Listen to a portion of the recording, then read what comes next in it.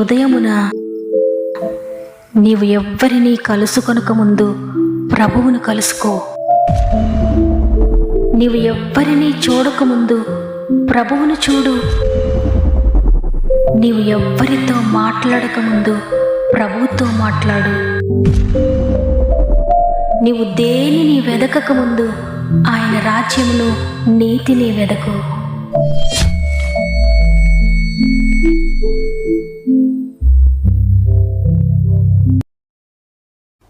Praise the lord. మరి ఒక నూతన ఉదయాన ఈ విధంగా మిమ్మల్ని అందరినీ కలుసుకొని దేవుని మాటను మీతో పంచుకోవడానికి దేవుడు నాకు అనుగ్రహించిన గొప్ప అవకాశమును బట్టి దేవుని స్తుతిస్తూ గాడ్ ఫస్ట్ అనే వాగ్దాన కార్యక్రమానికి మరొకసారి మిమ్మల్ని మీ కుటుంబాలను ప్రేమతో ఆహ్వానిస్తూ ప్రభునామములో మీ అందరికీ నా యొక్క శుభాలు తెలియజేస్తున్నాను. ఎలా ఉన్నారు ప్రియ దేవుని బిడ్డలారా? బాగున్నారు కదా? అత్యంత దేవుని కృపను బట్టి మీరంతా బాగున్నారని, మీ కుటుంబాలంతా బాగున్నారని, మీ పరిస్థితులన్నిటిలో దేవుడు మీకు సహాయకుడిగా ఉండి మిమ్మల్ని నడిపిస్తున్నారని నమ్ముతున్నాను. ఒకవేళ ఈ ఉదయాన మీ జీవితంలో మీకు వ్యతిరేకమైన పరిస్థితులు, మీరు తట్టుకోలేని పరిస్థితులు, మీకు దుఃఖాన్ని కలిగించే పరిస్థితులు మీ ఎదుట ఉన్నా భయపడకండి. దేవుని చేతులకు అప్పగించుకోండి మీ జీవితాన్ని. నా ఆశ కూడా ఒక్కటే, మీ జీవితాల్లో దేవుడు జోక్యం చేసుకోవాలని, మీరు ఏది నష్టపోయారో ఏది కోల్పోయారో తిరిగి రెట్టింపుగా మీరు పొందుకోవాలని, అనేక మందికి మీరు ఆశీర్వాదకరంగా నిలవబడాలని, దుఃఖానికి ప్రతిగా మీరు సంతోషాన్ని పొందుకోవాలని ఆశించి మీ అందరి కొరకు ప్రార్థిస్తున్నాము. దేవుని బట్టి ధైర్యం తెచ్చుకోండి. అదేవిధంగా మీలో ఇంకెవరికైనా ప్రేయర్ రిక్వెస్ట్ ఉంటే కామెంట్ రూపంలో నాకు తెలియచేయండి. మీ ప్రతి కామెంట్ను చదువుతున్నాను. మీ అందరి కొరకు మేము ప్రార్థిస్తున్నాము. ఇంకా అనేక ఆత్మలు రక్షించబడాలని, అనేక మంది జీవితాల్లో దేవుడు కార్యాలు జరిగించాలని నేను ఆశతో ప్రార్థిస్తున్నాను. మీరు కూడా ప్రార్థించండి. ఈ వాక్యాన్ని అనేక మందికి పరిచయం చేయండి.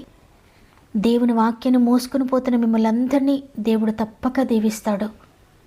సమస్త మహిమ ఘనత ప్రభావములు దేవునికి చెల్లునుగాక. ఈరోజు దేవుడు మనకు అనుగ్రహిస్తున్న శ్రేష్టమైన వాగ్దానం యెహెజ్కేలు గ్రంథము 36వ అధ్యాయము 11వ వచనము.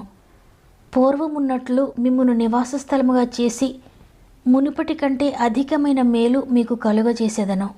ఆమెన్. ఈరోజు ఈ మాటలు వింటున్న ప్రియ సహోదరి, ప్రియ సహోదరుడా, నా మునుపటి జీవితము చాలా సంతోషంగా ఉండేది. మా కుటుంబం చాలా బాగుండేది. అయ్యో, మునుపటి రోజులు తిరిగి నాకు వస్తాయా? మా కుటుంబం తిరిగి కట్టబడుతుందా? మేము కోల్పోయినవన్నీ తిరిగి పొందుకోగలుగుతామా? అనేక సంవత్సరాలకు పోగొట్టుకున్నాను. సంతోషమంతా పోగొట్టుకున్నాను. నా కుటుంబంలో ఉన్న నెమ్మదంతా పోగొట్టుకున్నాను. నా బిడ్డలందరూ దూరం అయ్యారు. బంధువులు, స్నేహితులు అందరినీ కూడా పోగొట్టుకున్నాను. తిరిగి మరలా నాకు ఆ జీవితం వస్తుందా? గతించిన సంవత్సరాలన్నీ వస్తాయా? నేను కోల్పోయిన జీవితము, నేను కోల్పోయిన సంవత్సరాలు, నేను కోల్పోయిన సంతోషము, నేను పోగొట్టుకున్న ఆరోగ్యము, నేను పోగొట్టుకున్న ధనము, ఇవన్నీ తిరిగి నేను పొందుకోగలుగుతానా అని ఈరోజు మీరు ఎంతగానో దుఃఖిస్తూ ఈ మాటలు వింటున్నారు కదా. ఎంతగానో మీ జీవితాన్ని గురించి, మీ గత పరిస్థితులను గురించి, పూర్వపు స్థితిని గురించి ఆలోచిస్తూ దుఃఖముతో ఈ మాటలు వింటున్నారా? ఈ వాగ్దానం మీ కొరకే. ఎందుకంటే నీవు నమ్మిన దేవుడు నిన్ను ఆశీర్వదించాలని చూస్తున్నాడు. నేను దీవించాలని కోరుకుంటున్నాడు. నిన్ను రెట్టింపుగా ఆశీర్వదించాలని కోరుకుంటున్నాడు. నీవు దుఃఖంలో ఉండడం ఆయనకి ఇష్టం లేదు. నీవు సమృద్ధి లేకుండా అరకొర జీవితం జీవించాలని నీకు ఇష్టం లేదు. సమృద్ధితో, సమాధానంతో, నెమ్మదితో ఉండాలని ఆశపడి ఈరోజు నీతో మాట్లాడుతున్నాడు దేవుడు.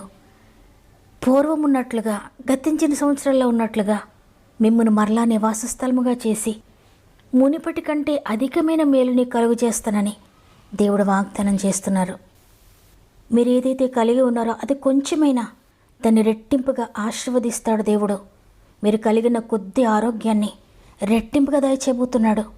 మీరు కలిగి ఉన్న కొద్ది ధనాన్ని ఆయన రెట్టింపు చేయబోతున్నాడు.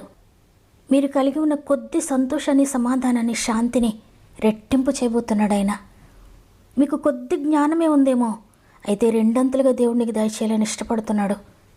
ఎప్పుడు మీరు రెండంతలుగా ఆశీర్వదించబడతారో, మీకున్నది కొంచెమేనా, అది ఎప్పుడు అధికమవుతుంది, ఎప్పుడు దేవుడు దాన్ని రెట్టింపుగా చేస్తాడంటే మీరు కలిగి ఉన్న కొంచెమును దేవుని చేతుల్లో పెట్టి, తండ్రి నేను కాదు, ఈ ఆశీర్వాదానికి నేను తగనయ్యా, నాకు యోగ్యత లేదు, నేను అయోగ్యురాలను, అయోగ్యుడను, నా భక్తి కాదు, నా శక్తి కాదు, నా నీతి క్రియలు కాదు, నా మంచితనము కాదు, నా పరిశుద్ధత కాదు, నా ప్రార్థన కాదు, నాది ఏదీ కాదయ్యా, నేను జీరోని, నేను ధూళి లాంటి వాడను, బూడిద లాంటి దాన్నను. కేవలం నీ కృపే నన్ను హెచ్చించాలి, నీ కృపే నన్ను ఆశీర్వదించాలి అని నీవు తగ్గించుకొని దేవుని చేతులకు సమర్పించుకున్నప్పుడు దేవుడు రెండంతలుగా నిన్ను ఆశీర్వదిస్తాడు. రెండంతలుగా ఆశీర్వదించిన యోబుని గురించి మనం అనేకసార్లు చదువుకుంటాం. రెండంతలుగా దీవించబడతారు అనగానే రెండంతలుగా దీవించబడిన యోబు మనకి ఎగ్జాంపుల్గా నిలిచాడు. యోబు కూడా అదే విధంగా నేను కాదు, నేను జీరోనన్నాడు. అప్పుడే దేవుడు జోక్యం చేసుకున్నాడు, దేవుడు దిగొచ్చాడు, దేవుడు పని చేయడానికి యోబు అవకాశం ఇచ్చాడు, యోబును రెండంతలుగా ఆశీర్వదించాడు. యేసుప్రభువు వారు కూడా 5 రొట్టెలు 2 చిన్న చేపలను ఆశీర్వదించాడు. 5,000 మందికి పంచారు. 5 రొట్టెలు 2 చిన్ని చేపలు ఎప్పుడైతే యేసుప్రభువు వారి చేతిలో పెట్టారో అప్పుడు ప్రభు వాటిని తీసుకొని తండ్రి వైపు చూచి కృతజ్ఞతాస్తుతులు చెల్లించారు. తర్వాత వాటిని పంచినప్పుడు 5,000 మంది తినగా ఇంకా 12 గంపలు మిగిలిపోయినట్లుగా లేఖనం సెలవిస్తోంది. అవును, మీ జీవితంలో కొద్దిగా ఉందేమో, ఆ కొద్దిదాన్ని మీ జీవితంలో ఏదైతే కొంచెముగా ఉందో ఆ కొంచెము తీసుకెళ్లి ప్రభు చేతిలో పెట్టి కృతజ్ఞతాస్తుతులు చెల్లించండి, థ్యాంక్స్ చెప్పండి. తండ్రి, ఇది ఇచ్చినందుకు మీకు వందనాలు, రెట్టింపు చేయగలిగిన శక్తి మీకుందయ్యా. ఇదిగో తండ్రి, దీనిని ఏ విధంగా మీరు మల్టిప్లై చేస్తారో, ఏ విధంగా రెట్టింపు చేస్తారో నాకు తెలియదయ్యా. మీకు సమస్తం అప్పగించుకుంటున్నాను.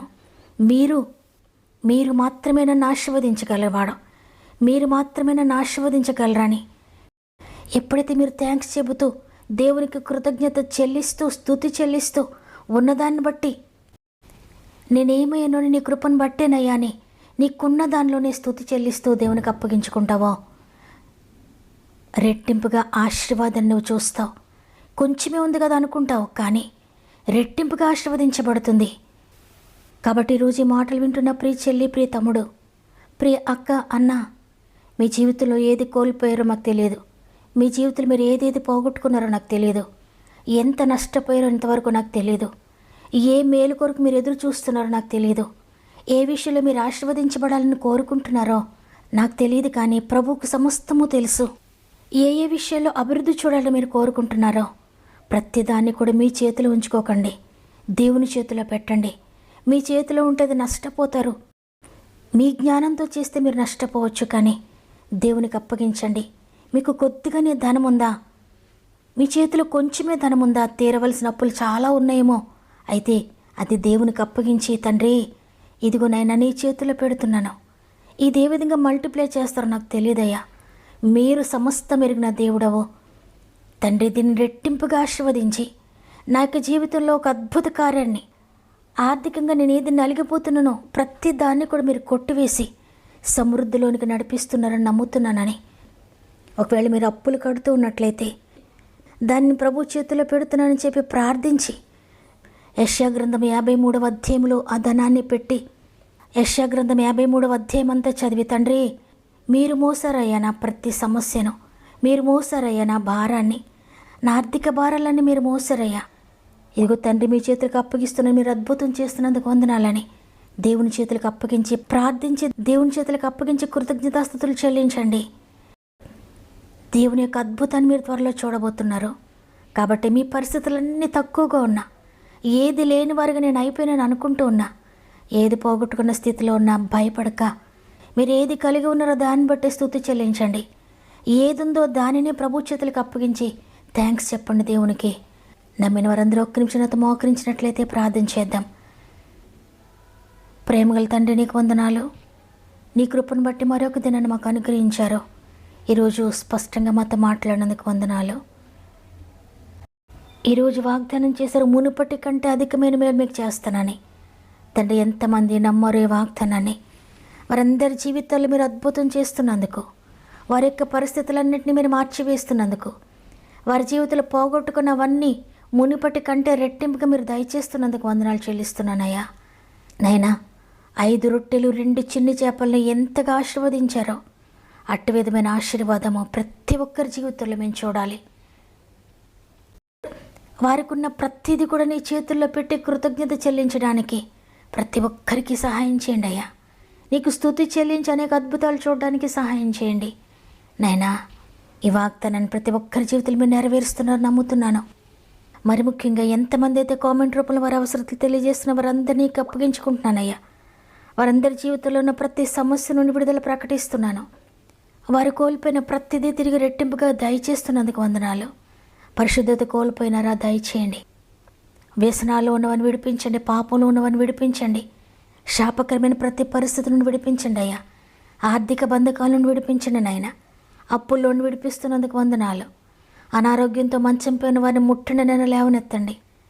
ఎవరైనా ఐసీయూలో ఉంటే లేవనెత్తండి తండ్రి. అద్భుతాలు జరిగిస్తున్నారు నమ్ముతున్నాను. కోర్టు కేసులను విడిపించండి అయ్యా. పొలం సమస్యలను విడిపించండి నాయన. కుటుంబ కలతలను విడిపించండి అయ్యా. విడిపోయిన భార్య భర్తలు విచ్ఛిన్నమైపోయిన కుటుంబాన్ని తిరిగి కలపండి నాయన. వ్యాపారాలను అభివృద్ధి చేయండి నాయన. వ్యవసాయాలను దీవించండి తండ్రి. పాడి పంటలను దీవించండి, చేతి పనులను దీవించండి. స్వంత గృహాలు లేని బిడ్డలకు చక్కటి గృహాలు దయచేయండి తండ్రి. ఎంతమంది అయితే గర్భఫలం లేక దిగులుతో ఉన్నారో ప్రతి గర్భమును తాకండి నేను. అద్భుతం చేస్తున్నారు నమ్ముతున్నాను. ఏజ్ అంతా దాటిపోతుంది, వివాహం కాలేదని ఎంతమంది దుఃఖంలో ఉన్నారో పరిశుద్ధాత్ముడు అద్భుతకరమైన వివాహాలు జరిగిస్తున్నారు నమ్ముతున్నాను. ఎంతమంది ఉద్యోగ ప్రయత్నాలు చేస్తున్నారో ప్రతి ప్రయత్నాన్ని సఫలపరచండి నాయన. ఉద్యోగాల కొరకు ఎదురు చూస్తున్న ప్రతి బిడ్డల జీవితంలో చక్కటి ఉద్యోగాలు దయచేస్తున్నందుకు వందనాలు. ఉద్యోగ సమస్యల నుండి విడిపించండి నాయన. ప్రమోషన్స్ దయచేయండి నాయన. ట్రాన్స్ఫర్స్ దయచేయండి తండ్రి. గర్భంతో ఉన్న ప్రతి బిడ్డను చేతులు పెడుతున్నాను తండ్రి. 9 నెలల మీద తోడుగా ఉండి సేఫ్ డెలివరీస్ దయచేయండి. ఈరోజు ప్రత్యేకంగా పుట్టినరోజులు, పెండ్లి రోజు జరుపుకున్న వారందరినీ జ్ఞాపకం చేసుకోనండి.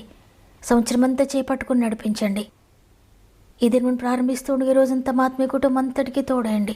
వారు చేసే ప్రతి ప్రయత్నంను సఫలపరిచి, వారు వెళ్ళే ప్రతి స్థలంలో మీరు తోడుగా ఉండి, వారు చేసే ప్రతి పనిని మీరు ఆశీర్వదించి, ఏ పనుల కొరకైతే రోజు వెళ్తున్నారు ప్రతి పనిని కూడా మీరు సఫలపరుస్తున్నారని నమ్మిని చేతులకు అప్పగించుకుంటూ యేసయ్య పరిశుద్ధమైన నామములు అడిగి వేడుకుంటున్నాను తండ్రి.